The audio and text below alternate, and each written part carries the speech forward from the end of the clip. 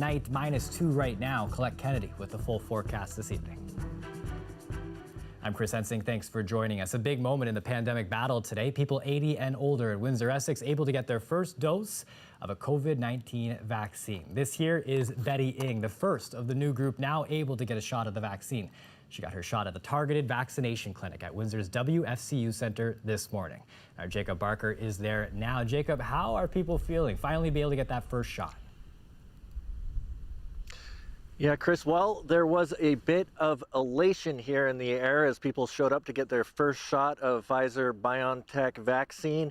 And while the first shot doesn't exactly mean freedom from people's worry about the virus, it was a big sigh of relief. Now, those that got the shot today were randomly selected from more than 11,000 eligible people that had signed up to get the vaccine as of this afternoon. They were called over the weekend. 6 people are booked to come in every 15 minutes. The CEO of the health unit says that some people were brought to tears on the phone when they found out they were getting the shot. And the emotion from those who got theirs today, as well as their family members that were dropping them off, were on full display. We're happy to have it. We just want to do it as quick as possible. So she got it. We are very happy to see that. And I am hoping that everything's going to be good for her. Yeah, it's a safety for her. Yeah. Because she's basically an Alzheimer's patient, so she cannot do anything by herself. So we are concerned about her that she will get it and because of her safety. I think it opens up the possibility of a future. Before this, it was a little like living in the Middle Ages. You never knew what the next day would bring or how dangerous it would be to make a small trip to the grocery store. But now, you know, one can live with a more relaxed state of mind and look forward to things like movies and plays. Yeah. Now, how quickly this group gets their vaccines depends, like everything right now, on the supply of vaccine that the health unit can get. The health unit estimates there are about 15 to 16,000 people in this age group that needs to get vaccinated. And right now, the health unit is only getting about 1,950 doses per week. In 3 weeks' time, they will also be administering second doses. So they say for things to speed up, they need more supply. We would not want to see that continue at that rate because it's way too, it'll take too long. But we are continuing to, as vaccine doses, our supply increases, will increase access. And also we're looking at other ways to get the vaccine out, but we need the vaccine. Now, Jacob, today a big day for seniors. They're getting their first shots this week. But what about other vulnerable populations in Windsor-Essex? Chris, those experiencing homelessness have faced a difficult time in the past few weeks. And today the health unit says those who use shelters could also be getting their vaccines soon. As you know, last week we saw the aquatic center turned into a shelter after a large outbreak shut down the downtown mission. Between it and the Salvation Army, we know as of last week there were 115 cases in those two facilities. The health unit says there are talks with the province about getting shots for them as soon as this week. We are trying to work on a process to get these vulnerable people also vaccinated. So we are in the process of collecting all that information, and additional detail will be shared. We hope to start vaccination later this week for that population group. Now, Chris, this vaccination center here at the WFCU Center is the first of 2 that are going in here in the region. Next week, we'll see a second vaccination center pop up in Leamington. Chris? Hey, Jacob. The CBC's Jacob Barker live tonight. A quick look now at the current COVID-19 caseload. 28 new cases announced this morning, and that puts Windsor-Essex at 13,000 cases total. Here's a look at how we got here. March 20th was the first confirmed case in Windsor-Essex. Now, by August, we hit the 2,000 case mark, and we really saw cases spike in November. You're looking at the second wave right now. Each of these blips shows another 1,000 reported cases tight together. Look how quickly the numbers rise. In December, a jump from 4,000 cases to 7,000, and then in January, it picks up once again, 2,000 cases in 2 weeks. But then we start to see the curve flatten. That's where we are now. It's taken a full month to tally the most recent 1,000 cases. And Chatham-Kent is now in the orange zone, easing restrictions with just 15 active cases as of late this afternoon. They're also putting needles in arms. Saturday, the first day for people 80 and older to get a dose. Now, seniors laced up for these vaccinations. Chatham-Kent's public health unit says there were more than 2,000 people who got their first shots over the weekend. Those pink sneakers there, they belong to Moira Reeves. Here she is getting ready for that first shot down at the Bradley Center, now a vaccination site. But Moira was celebrating two major milestones this weekend. She turned 100 years old on Sunday, and they thought that the dose would be a sweet birthday treat, and staff found balloons and a cupcake to make sure they celebrated the right way. What a big moment there. When asked why she was getting the vaccine, the resilient Moira Reeves replied she wants her social life back, saying she likes to stay up late, sleep in. But there was something else too. I want to protect my whole family, she said, because it's all about family in the long run. Cheers to that, Moira, and a big happy birthday. Canada now has 3 vaccines in its arsenal in the ongoing fight against COVID-19, but multiple vaccines with potentially more on the horizon have added a new wrinkle to the plans to quickly get shots into arms. Some people say they want to wait to get the vaccine that they think is better for them. Health experts say that isn't worth staying unprotected against a deadly pandemic. Ashley Burke reports. Hopes are pinned on COVID vaccines, but the Prime Minister told NBC's Meet the Press the rollout isn't going as quickly as he had hoped. Obviously, it's not going as fast as everyone would want. We all want this pandemic to be over yesterday and to vaccinate everyone as quickly as possible. But we're confident that in the coming weeks, hundreds of thousands vaccines every week, millions into the coming months, we're going to have everyone vaccinated probably by the end of the summer. Helping with that, the newly approved AstraZeneca vaccine. 500,000 doses are scheduled to arrive Wednesday, but with new options, a new problem. We're starting to see a little bit of a narrative of good vaccines and bad vaccines. There really isn't that sort of that delineation. Some Canadians talking about waiting to get the vaccine so they can choose which shot they want. This after hearing AstraZeneca is about 62% effective, whereas Moderna and Pfizer more than 90%. You can't really compare. But Dr. Supriya Sharma told Rosemary Barton Live you can't compare trials done at different times and stressed the best vaccine is the one you can get. When we look across all the vaccines, the major 5 that are under review and authorized, if you look at that subsection, as we said, that matters most, so severe disease, hospitalizations, dying of COVID-19, all of these vaccines are equally protective. She says the longer people sit back and wait unprotected, the longer this will all drag on. Ashley Burke, CBC News, Ottawa. Canada's National Advisory Committee on Immunization is not recommending the AstraZeneca COVID-19 vaccine for adults 65 and older. The Independent Committee of Public Health Experts says there's currently limited information on the vaccine's efficacy in the age group of 65 plus. Last week, Health Canada approved its use for all adults 18 and older. The committee says that Pfizer and Moderna, which have shown higher efficacy, should be prioritized for key populations. But due to the ongoing supply shortage, it says AstraZeneca may be offered to people within the age group of 18 to 64. Meanwhile, France today eased its ban on use of that vaccine for those over 65. The number of new COVID-19 cases across the globe has gone up for the first time in 7 weeks. Officials at the World Health Organization say vaccine rollouts are helping, but they warn against complacency. The issue of us being in control of the virus and the virus being in control of us. Right now, the virus is very much in control. We've seen some good weeks over the last 6 weeks. We've seen some good news about the rollout of vaccines, and equally at the same time, we still this week see the flattening out of that progress and potentially disease increasing in a number of countries. Now, that recent resurgence appears to be linked to some regions relaxing their public health restrictions and to the spread of those new variants.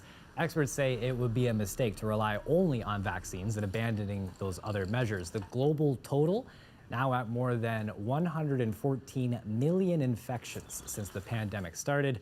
2.5 million people have died. We're learning more about new rules at the Canada-US land border. There's still confusion about when and how those rules are applied. On Friday, CBC News brought you the story of a Bell River man who was fined almost $3,800 at the tunnel. As the president of a construction company, he had no issue crossing the border, but that all changed last week when Canadian border officials said he was a non-essential traveler because he doesn't cross on a regular basis. After that story was aired, the CBSA told CBC News that this new rule only applies to cross-border workers, not essential travelers. But an Amherstburg nurse who works in Michigan says that's not what she experienced. I let them know that I was a nurse. I let them know that I had like a letter of employment. I had all my documents on me. I even had my work visa. And they said that it didn't matter. What I was crossing for wasn't essential. I had to make some arrangements on somewhere to stay and end up getting a swab over there. Now, she'd been there for an orientation session at the hospital. That swab cost her $150 US. She didn't end up coming back to Canada until the next day. CBC News reached out to the Canada Border Service Agency, which says it does not comment on individual cases. Here at CBC Windsor, we've been highlighting people in Windsor-Essex who've continued to physically go into work through the pandemic. They've allowed us in to take a peek into their work lives and share what the past year's been like for them. The last in our series today, Brad Bridgen. Today, you'll meet him, a direct support worker for Community Living Windsor. I'm greeted by the same gentleman every day, and they have a hard time kind of understanding social distancing. That is one of the biggest challenges. But he always has to come over, and he wants to try and get a hug, and we have to try and say no. So that's how my day begins. But everything from grocery shopping to banking, paying their bills, things that they used to enjoy to do, they no longer can do. And you can see when someone you have known all these years is hurting, and you want to comfort them whatever way you can, but you can't. Sometimes words just don't cut it. That's the biggest challenge, is knowing that someone really desires to do something and we're not able to facilitate it. So I'm alone. I live by myself. So it's difficult to come home at the end of the day and be by myself after having been with people, and to not have someone that I can download to. I think having a family, that someone you can hug, that you just don't have.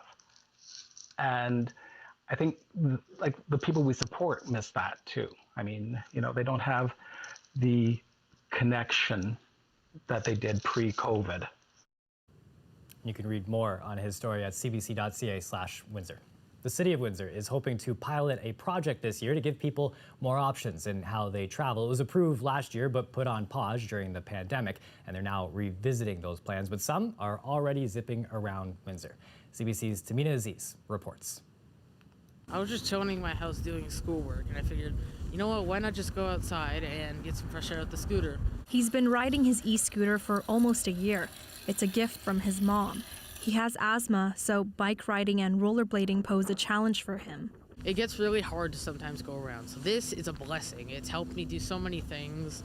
He says it's an effective and cheap way to get around the city, an option for people who don't want to ride the bus or drive a car. But the city has yet to pass a bylaw on it. They're looking into a one-year pilot project, which will allow for the device to be tested in municipality-run areas like the waterfront trail. I think it's an important component of diversifying the transportation options that we have available to people in our community, and proceeding with a pilot project to see whether or not, what that interaction can be like and should look like in terms of making sure that people are mindful of their own safety as well as the safety of people around them. He says the pilot project will help the city determine the specific rules around using it, which will center around safety. Helmets will be required for anyone under 18, and a max speed of 24 kilometers per hour will be implemented. He says the city can refer to the rules used in the U.S. Detroit has been testing e-scooters for more than 3 years now. Mackenzie hopes the bylaw passes so the city can move forward with the process and get more people rolling sooner. As for Yvonne, he's happy riding solo. It's just the greatest feeling when you're riding one of these scooters. Tamina Aziz, CBC News, Windsor. The Essex Region Conservation Authorities put forward a budget for 2021. Recent changes by the province has added some confusion, with URCA unsure who's going to fund what the province has deemed so-called non-mandatory services. We, again, have attempted the budget going with a black and white interpretation of what it says. We're hoping that there's a bit of gray being applied and some reasonableness as it relates back to historic work of the Conservation Authority and how we're going to be able to levy in the future. Now, URCA's recent budget identifies what it assumes are non-mandatory services, like tree planting on private property, but it's still waiting on more specific direction from the province as it looks to seek funding for those kinds of services. The changes to the way URCA collects its money for the so-called non-mandatory services go into effect next year. This year, they amounted to about $940,000 of a $3.4 million budget. Point Pelee sure has been busy recently, one of the best spaces to spend some time outdoors, and it's a popular spot in the fall as well, people flocking to see the monarch butterflies. There's a chance things might look different this year. What happens each year in the wintertime is that about middle of December, people from the World Wildlife Fund Mexico go into the forest and they measure the area of trees that are covered with monarchs. And they take all of those areas, those polygons, and they add them together, and they come up with a total number of trees and areas occupied by monarchs. And this year they came up with 2.1 hectares. That's a relatively small number, and that is of some concern. Had there been a lot more habitat available last year in the form of nectar plants, then it's likely we would have seen a higher population. Monarchs need nectar plants, and they also need a lot of milkweed. And one of the things that we see as we go further north is, especially as we get into Canada, is that we get a lot more common milkweed. The monarchs who reach Canada in May and June develop a population on common milkweed, and that population tends to move along the lakes and eventually moves through Point Pelee in fairly large numbers. It sure is something to see when you are able to, usually September, October, when you start to find them out by Point Pelee. Another live look at Detroit right now. As you can see, the sun setting, those days feeling a little bit longer. Nice, certainly nice when the weather is nice as well. Colette Kennedy joins us next with a look at the forecast.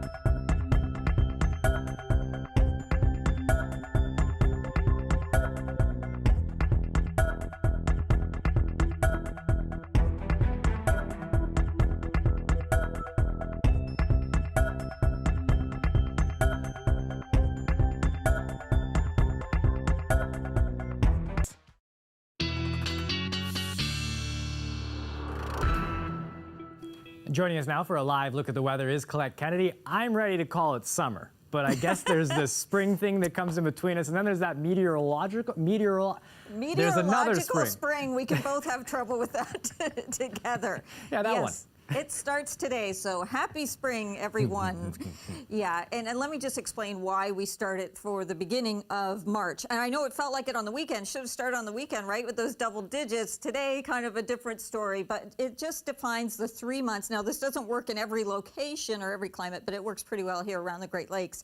It's the 3 months between the 3 coldest months, winter, and the 3 warmest, summer. But just by starting at the beginning of a month, it makes it a little easier for our data and stats for climate. You know, when we're looking at the climate data and trying to figure things out, we've got a 3-month period, because with an equinox or a solstice, it might start on the 21st, and then one year it's the 22nd, and it shifts around a little bit. So it's something a little more definitive that we can work with when we're trying to look at our stats. All right, let's talk about the stats here in terms of the temperatures. So different from where they were just around midnight last night, you know, from 6 degrees down to -1, then factor in those winds and feeling almost like -10. Certainly you're deeper than that into the cold, into Sarnia. The wind gusts, these are the sustained ones, in many cases between 40 and 50 kilometers an hour.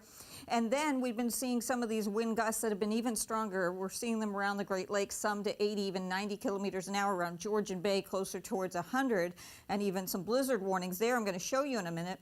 But my point here, now we're into the forecast, is that we're going to see those backing off as we go through the overnight towards tomorrow morning. They're still going to be strong through the evening hours. And then another system that's going to be coming in as we go towards Wednesday. So it means tomorrow night we're going to start to find those winds kicking up again, but a different direction, so a different feel to them, coming in from the southwest. Can see some of this over here towards Grey County and Bruce County. That's where they're looking at something we don't see that often, is a blizzard warning here, southern Ontario. But we're just dealing closer to home with the blowing snow advisories that are in place. So it's nasty in terms of the travel conditions, mostly because of those winds behind the cold front that's gone through. We get into some nice clearing tonight, a nice setup with sky conditions for Tuesday, and then as that next system comes in, it's a different story for Wednesday. But I see most of the precipitation well to the north of us, and it's just going to be primarily cloud cover that we're going to get in there for midweek. And the other thing that's going to happen on Wednesday is that we're going to see those temperatures coming up. They're down tonight, though, -10 in terms of what we're talking about, feeling almost like -20. The high, Chris, for tomorrow going to 3 degrees. But have a look at that Wednesday. There's your spring. There's your spring. Yeah. No, I'm looking a little too far with summer with 18 tonight, -18 tonight in the wind chill. That's a little too much. Sure. Yeah. Not today. Thanks, Miss Colette. You're welcome. Prince Philip was transferred to another hospital in London today. We'll get an update on his condition and treatment next.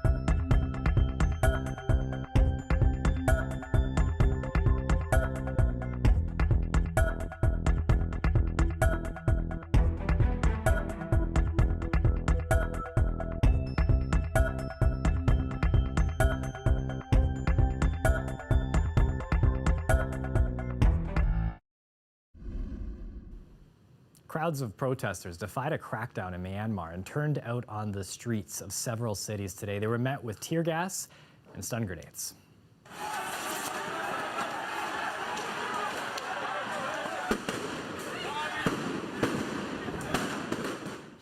The show of force comes one day after violence left at least 18 people dead. The military promising to punish protest leaders and civil servants who are refusing to work for the coup. Today marks a month since the military took power in Myanmar, pushing out the government run by Aung San Suu Kyi. The protesters want the 75-year-old Nobel Peace Prize winner back in power. She hasn't been seen publicly since she was arrested. More charges were added today. The Queen's husband, Prince Philip, has been transferred to another hospital in London. The 99-year-old has been moved to St. Bartholomew's Hospital to undergo tests on his heart. The hospital is noted for its cardiac care. In 2011, the prince had heart surgery. He'd been in King George XVII Hospital for nearly 2 weeks, receiving treatment for an infection. His current condition is said to be unrelated to COVID, and his doctors say he's responding well to the treatment. There was a fireball that flashed across the prairie sky last week. Take a look at that. Researchers at the University of Alberta say it wasn't a meteor. It was something more rare and from farther away, a piece of a comet. They say the chunk of ice and cosmic dust likely wasn't much bigger than the head of a snowman, but they calculate that it was traveling at more than 220,000 kilometers an hour when it hit Earth's atmosphere. Researchers say that that velocity, far faster than a meteor, means that the comet fragment had come from the edge of the solar system.